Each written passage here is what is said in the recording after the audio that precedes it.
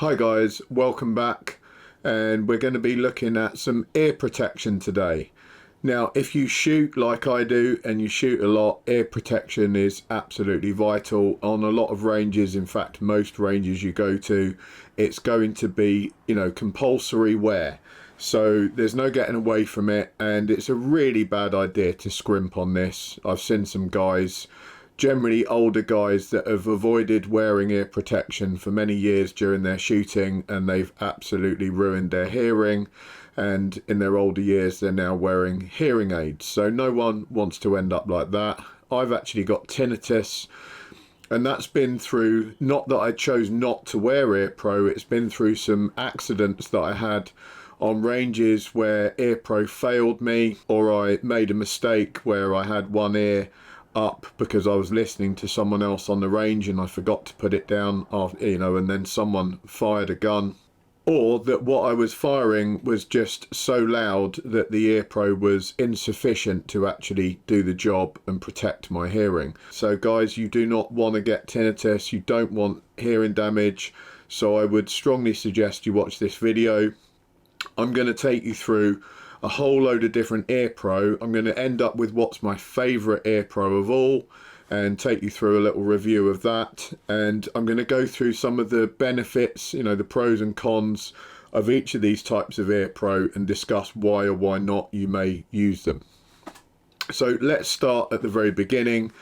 I think most people are used to seeing these on ranges, and these are your standard foam earplugs, and what happens is you can mold them like so with your finger. You can see that that's got smaller. You put it in your ear when you've molded it thinly, and then it expands back to its normal size within your ear, and of course that gives you a reasonable amount of hearing protection.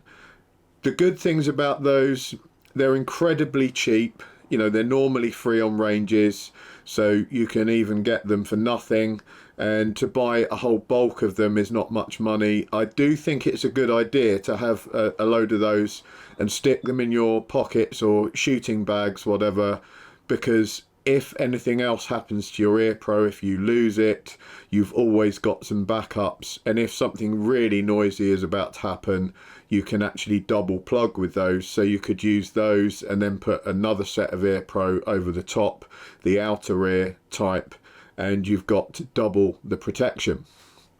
The downsides to those is that they don't provide a huge amount of protection, and depending on the shape of your ear, they can sort of work their way out, especially if you're doing more active styles of shooting. So if you're doing practical shooting or clay pigeon shooting, stuff like that, and you're doing it for a prolonged period of time, they can start to work their way out. I've worn them before in clay pigeon competitions, and they're very annoying because halfway through a shoot it starts to work its way out of your ear, and I can't stop the competition halfway through to say, hey, excuse me, I just want to sort my ear pro out. It's a pain. So they can end up exposing you to hearing damage just by the fact that if you're halfway through a shoot and it starts to work its way out of your ear, it does take 30 seconds to a minute or so to kind of shrink it back down, pop it back in your ear,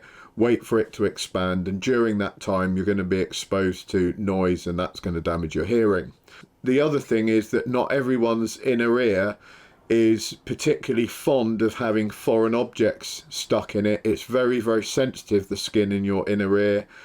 I'm particularly prone to skin problems. That's just the luck of the draw for me. So if I wear them over a long period of time, and if especially it's hot weather and I'm sweating, they make my inner ear really, really sore, and I've actually ended up with an ear infection because of that. So that's something to watch out for. I guess it may depend on the material that they're made out of. I've tried a few different materials, and frankly my ear doesn't like any of them.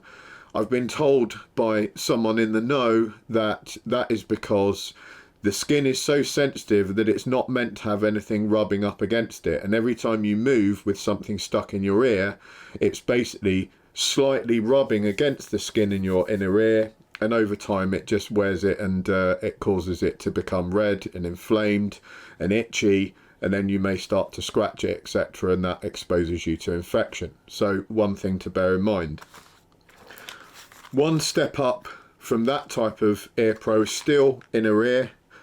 We've got these from Sordin. So these are now a rubber version of an inner ear plug, and they will actually allow you to hear a little better sounds such as talking. They've got a kind of valve system built in, so you can hear lower level noise, and that should be a lot safer on a shooting range, because the other downside to passive ear pro like this, passive meaning that it basically reduces all noise to a lower level. It reduces the decibels to a lower level, and I'm not going to go into the science and details of decibel reduction, noise reduction. I'm just going to tell you what I found works and what doesn't, because that's a lot easier for people to understand. You know, decibels themselves are quite difficult to get your head round, because as decibels get louder, it's not a progressive scale that you might expect it to be. Anyway, let's set that to the side and just discuss, you know, what's reasonable to wear and what isn't. So these things will allow you to hear, you know, commands on the range. So if someone's shouting stop, stop, stop on a range, you can hear them quite clearly. If you're receiving instruction from someone on a range, you can hear them clearly. You might be long range shooting and you're listening to your wind caller, your spotter, then you really do need to hear what's going on, and a lot of the passive ear pro will stop you from doing that. At least with these sort of valved versions that allow you to hear that background noise a lot better, it's in my mind safer, and it's in my mind a lot easier to follow instructions if you're receiving them on a range. Then we move to outer ear. So the standard type of outer ear pro you would find, we've got a set of Peltors here. So these are what most people classically associate with ear pro. They're quite large. They do give a reasonable amount of decibel reduction if everything is perfect, the context is perfect. So that being that you've got nothing in the way and you simply put them over your ears. They're very, very effective. These are not that comfortable because of this cheap plastic malleable material they use here, and it's just got some foam backing. It doesn't create a very, very good seal on your ear, especially in circumstance where you might wear a pair of shooting glasses. We've got a pair of Wiley X's here. Excuse me for trying to look cool indoors, but if we put them on, it's actually preventing me from getting a seal because of the frame of the glasses is pushing up against this material here, and it just creates enough of a crack between the two to allow noise in. So that's one of the downsides to those. Another downside to this larger type of outer ear pro is that it can actually damage the wood on your rifle stock, and the rifle stock can actually stop you getting a good seal with these as well. It'll break the seal, and that's where I've had some issues in the past, where I've had some hearing damage. And to give you an example, I've got my shotgun here, Beretta DT11, and let's imagine I'm on the gun. I bring it down, you can see the ear pro is starting to make contact with the stock, and it's going to start pushing it up, and slowly it will start to work its way up your ear. And number one, it damages the stock, and you can see the person who owned this before me did used to wear that kind of ear pro, and it's actually dinged up the comb of the stock there. So that's not ideal if you're trying to keep your gun looking nice. But more worrying, it actually breaks the seal on those ear pro, and you end up with hearing damage. Moving on again, we start getting into active hearing protection. So this is using electronics to reduce the levels of very loud noises and to amplify background noise. So it's even better for hearing instructions on the range and, you know, getting instructions from your wind caller, etc. Here we have a set of Walkers. They come in their own nifty little box, opens like so, and you can see you've got your plug, which works in a similar manner. You can just squish it down, it will allow you to mold that into your ear, and then you can turn it on with a button on the front and then actually turn the noise up or down, so you can hear people on the range. You can turn it up and hear them a bit louder, or down if you don't want to hear them that much. And they actually charge up in the box. Once you seat them in there, they show a little red light on there to show that they're charging, and then you just plug that thing into a USB. The downside to those, I found, is very similar, is that they can start to work their way out of your ear, depending on what shape of inner ear you have. You know, we're all different. One side, I have a noticeably smaller inner ear, and that is the one that always tends to work its way out, and I have the same issue with those. And I also found with those that they didn't reduce the noise level enough for me to get good hearing protection on things like a 308, a 338, or anything, you know, in those higher calibers. I found them just about bearable for shotgun, but when I started on the, you know, the standard centerfire rifle calibers and above, they just didn't provide me with enough hearing protection, I felt. And they were quite expensive, so if they're not protecting me from most of the stuff that I'm shooting, and I'm paying, you know, £200 to £300 for a set of inner ear protection, then I'm kind of a little bit disappointed there. They just maybe didn't suit the size of my ears. I've tried a couple of different sizes of the foam pad on there, and nothing really worked that well for me. You might find otherwise, but yeah, I found they still exposed me to too much noise, and that posed a danger. You then have these cheaper types of outer ear, which have a dial on each side. They generally take batteries, you know, AA's or AAA's.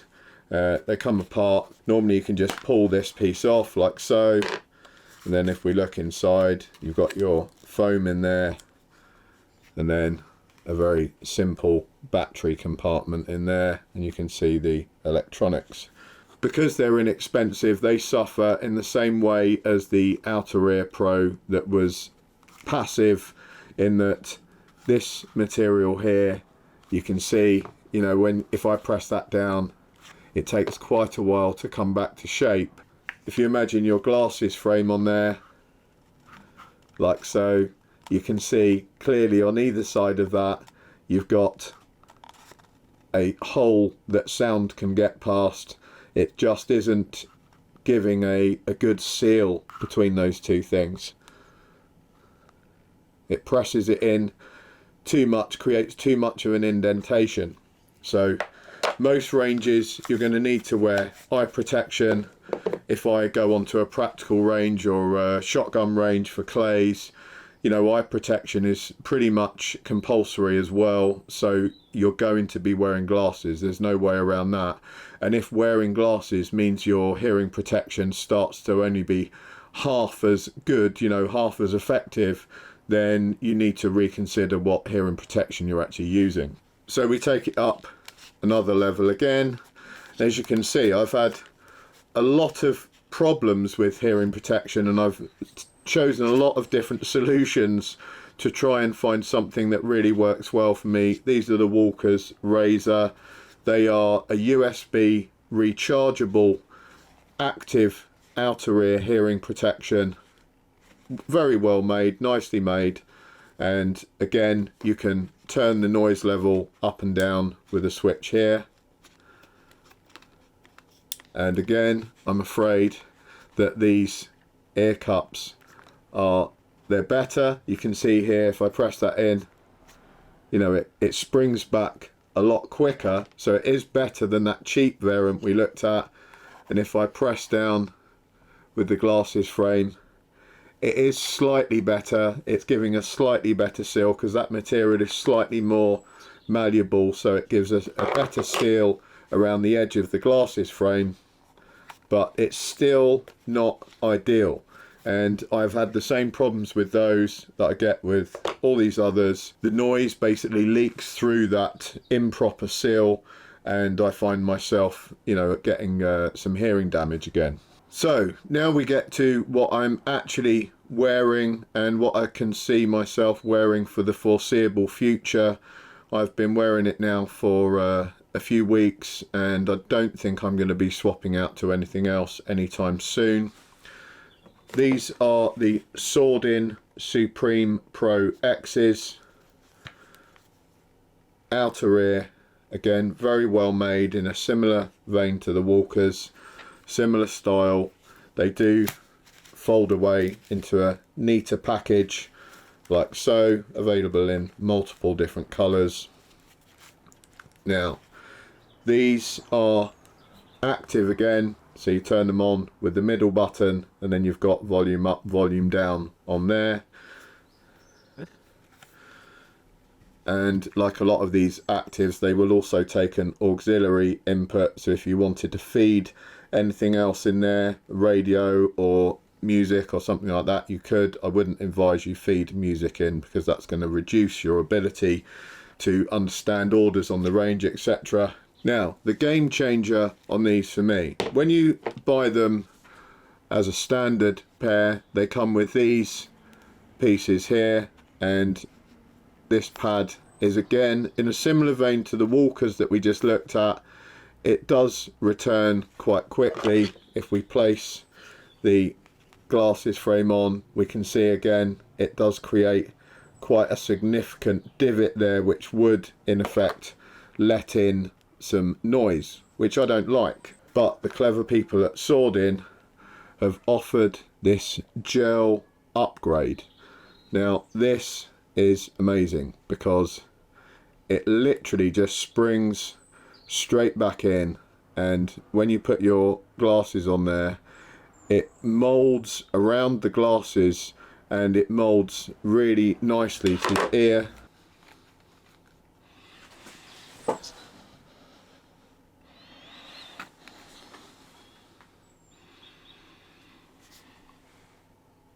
I'm wearing those Wileys with these. You can see the arm of the glasses there has gone through, but I'm still getting a complete seal around the ear there. And the other thing I'm getting is it doesn't push the arm of the glasses straight into my head, because after a while all these other ones will really start to push on these glasses arms, and you end up with a kind of tension headache or sore pieces on each side of your head, which isn't good for anyone. And this all seems like small stuff, you know, if you're going down the range once a week on a Sunday and shooting for 25 minutes or something, you can probably cope with that just fine. But if you're doing this professionally and you're shooting multiple times a week and you're doing high volume and shooting for hours per day, all these things add up to a very unpleasant day. So you know, if you're going to spend some money on hearing protection, spend it on something that's going to make your life more comfortable. Don't spend it in a way that's going to make you uncomfortable for huge periods of time. That's kind of a bad idea. The other thing I found about these was, tried them with a variety of different firearms, and again, if we shoulder these, they don't seem to interfere so much with the gun, because they have this cutaway at the bottom, which we can see there. That's the reason they've taken a scoop out of there, to keep them from touching the stock of the firearm and making the stock push those things up your head. And again, that's going to lead to a lack of seal, and you're going to start to get hearing damage. A very similar situation to what I demonstrated. These are press fitted, so you can simply unclip them, put the gel ones on that you can buy separately, and clip them back on. They're just push fit together. They come in a pack like this. As you can see, these are the old ones I've got stored in here.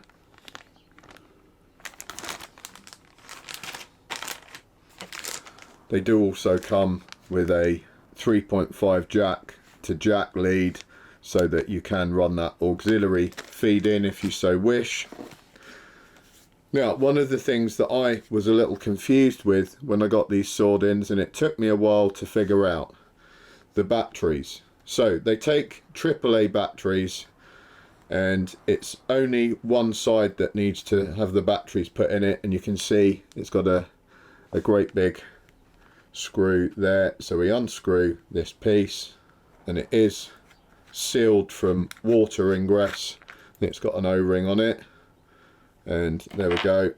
Now if we tap the first battery out, so the first battery comes out, and it's going in plus side first. So the plus side goes in first on that battery, and then the other battery, there's a knack to this. The other battery actually sits back down inside here. We need to give these a tap. You can hear that rattle, and then we can pull that battery out as well. So that battery, which would be the first one you put in, is going in with the minus side first, plus side facing out towards the hole you're placing it in. So it goes in like so. Now it's going to just sit there in the opening, and I don't know if you can see in there, but it hasn't sort of sat itself down properly, and that's where I got a bit confused at first.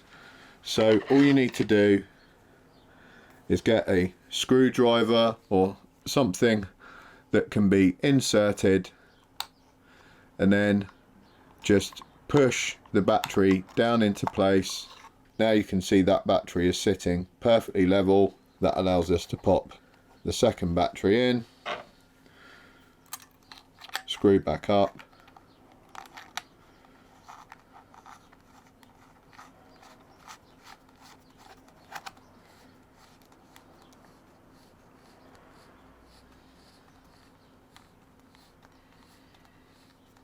make sure you screw it up tight so you do get that seal on it, and also you make sure you're getting your contact with the battery. And then we hit that middle button,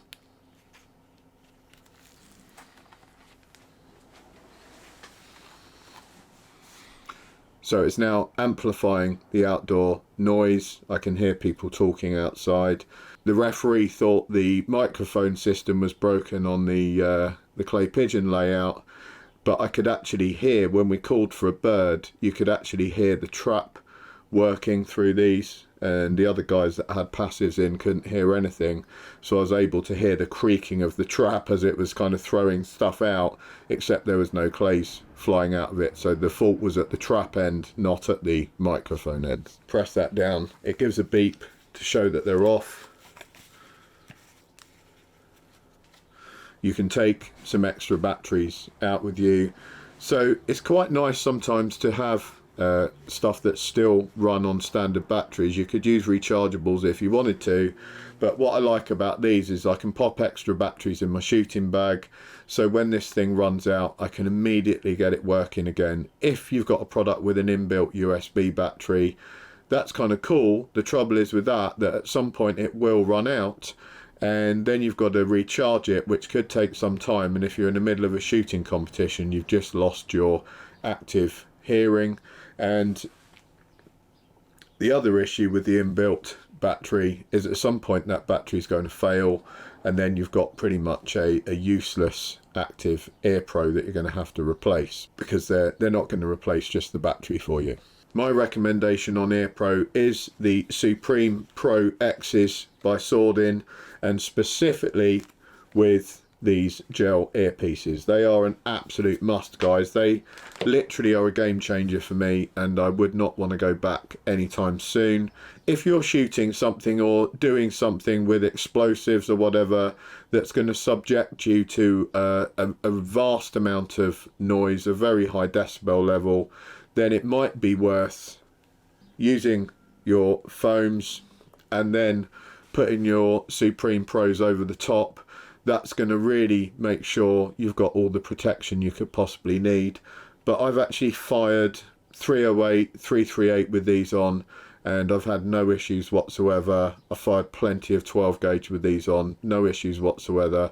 So I do not actually find that I need the inner ear, and therefore I can still benefit from the active hearing on those. If you run the inner ears, you're obviously reducing your ability then to hear anything that's being said on the range, which has its own dangers involved. I've heard a few people discuss, you know, muzzle brakes and not using muzzle brakes. There's been a series of tests that have shown that muzzle brakes, although they make it feel louder because they increase the pressure back towards the guys on the range, they don't actually increase the decibel level at all. What they do is increase pressure being vented back towards you. Pressure has its own concerns, you know, there's health and safety issues around pressure as well. Being exposed to consistent amounts of overpressure has serious implications, and I think I've spoken about that on video before. That is very hard to mitigate against. I'm not aware of any sort of PPE that will mitigate pressure. Again, it's a case of moving yourself away from the source of that overpressure, because it reduces the further away from it that you get. The only other way to mitigate the danger from very loud noises, other than moving away from them and wearing your PPE, is to reduce the noise level at the source. So of course you could use a suppressor. I thoroughly recommend the use of suppressors. I suppress pretty much everything I shoot other than my 12 gauge. You know, for obvious reasons, I'm not going to go and do a clay shooting competition with a suppressor hanging off the end. But any sort of practical shooting I'm doing, the tactical demo stuff that I do, most of the military units are all running suppressors now, not just for covert reasons, but also because they have liability issues to consider. And in fact, I've been out with sniper teams that have refused to allow any rifles to be shot without suppressors because of that liability and health and safety risk. So, you know, it's a real thing. It's definitely worth suppressing your guns. The other thing I like about suppressing guns is that it vents the pressure downrange, so that's one way of fighting against this overpressure damage which people could experience if they get enough of it.